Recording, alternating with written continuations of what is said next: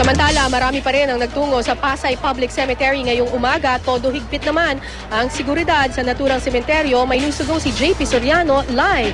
JP?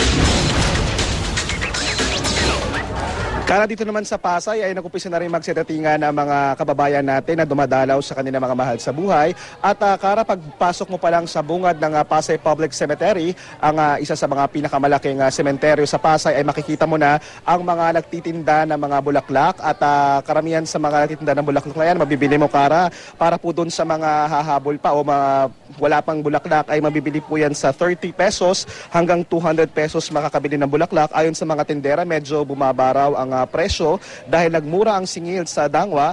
Bukod sa mga bulaklak, Kara, ay may mga kandila ring itinitinda rito sa halagang 5 to 15 pesos. So kompleto na, may bulaklak ka na, may kandila ka na at pwede ka nang dumalaw. At ilan nga sa mga naabutan natin na una nagpunta rito ay naglilinis na ng kanilang puntod. Bukod sa mga naglilinis ng puntod, meron naman tayong mga nakitang mataimtim na nagdarasal at nagsindi ng kandila para sa mga namayapan nilang mahal sa buhay. May police visibility na rin sa lugar, Kara, at marami rin ang bawal dito, katulad sa ilang sementeryo dyan sa Maynila, gaya ng mga deadly weapons, alak at iba pa. Pero tila mas malaya ang mga taong maglabas-masok dito sa Pasay Public Cemetery dahil bukod sa main entrance, meron ding lagusan sa ilang bahagi ng sementeryo. Dito makikita ang ilang permanenteng residente ng sementeryo, pero, Kara, hindi sila mga patay kundi mga buhay na tao na dito nakatira sa sementeryo. Ayon sa Southern Police District, tinatayang aabot sa 10,000 ang nakahimlay sa Pasay Public Cemetery. May mga pulis ding nakabantay sa entrance at nakita naman natin na binubusisi ang mga gamit na pinapasok ng mga dumarating dito. May mga nakita na tayo kanina ilan lamang, Kara, na nakumpiska na mga matatalim na bagay, pero hindi ito kasing dami katulad dyan sa Manila North Cemetery. Nag-ikot din kanina, nakita natin ang hepe ng Southern Police District na si Police Chief Superintendent Benito Estepona, na District Director nga ng SPD, para tignan ang seguridad at para paalalahanan ng publiko laban sa mga modus at mandurukot. Nanay, saan po kayo nakatira? Diyan po. Saan po? Pakituro nga ho. Yan po.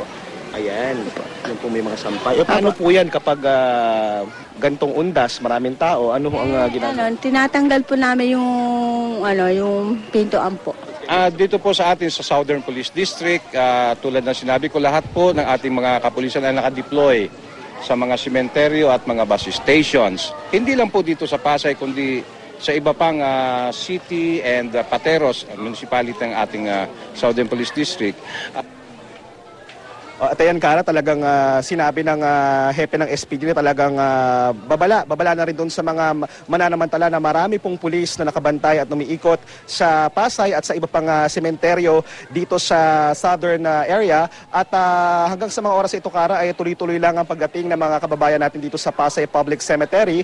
Mainit din ang panahon dito at marami namang mabibilihan ng pagkain. May mga nakita rin tayo din ng mga first aid, may mga kumukuha rin din ng mga BP, at may mga namimigay din ng tubig. Alam mo, isa sa mga problema rito sa sementeryong ito ay may mga mangilan-ngilan na hindi na makita yung mga puntod na kanilang mahal sa buhay dahil nag-expire na pala yung contract. At yan nga yung ating mga titignan mamaya. At yan muna ang latest mula rito sa Pasay Public Cemetery. JP Soriano, GMA News.